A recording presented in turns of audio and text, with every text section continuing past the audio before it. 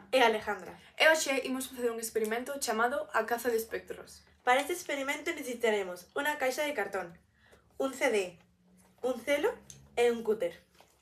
Coloca a caixa en posición vertical e coloca unha bisagra nun lado para o CD e outra no lado oposto.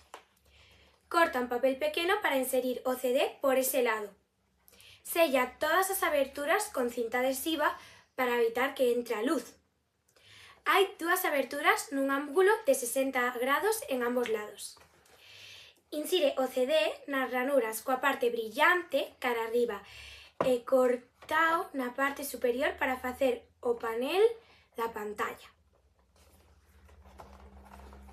Fai unha fenda horizontal de 2 ou 3 mm no lado contrario ao CD, á mesma altura.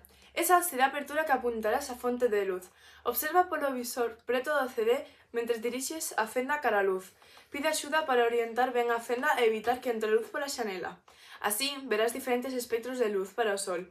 Nunca mires directamente. En vez diso, apunta a fenda e unha superficie branca iluminada polo sol. O que observarás é como un arco da vella.